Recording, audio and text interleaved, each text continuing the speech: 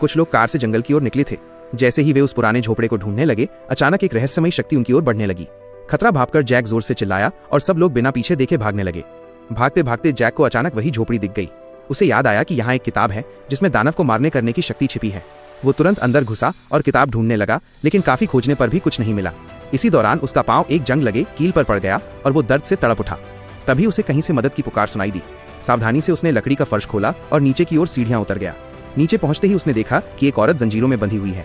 औरत बिखरे बालों और गंदे कपड़ों में थी।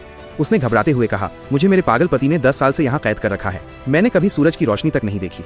ये सुनकर जैक चौकन्ना हो गया। अचानक उसने उस औरत को जोर से थप्पड़ मारा। औरत हैरान रह गई, लेकिन अगले ही पल वो भयानक रूप में बदल गई। असल में वो औरत पहले से ही किसी राक्षसी आत्मा से ग्रसित थी। दोनों के बीच जबरदस्त लड़ाई हुई। जैक ने पूरी ताकत लगाई और आखिरकार जीत गया।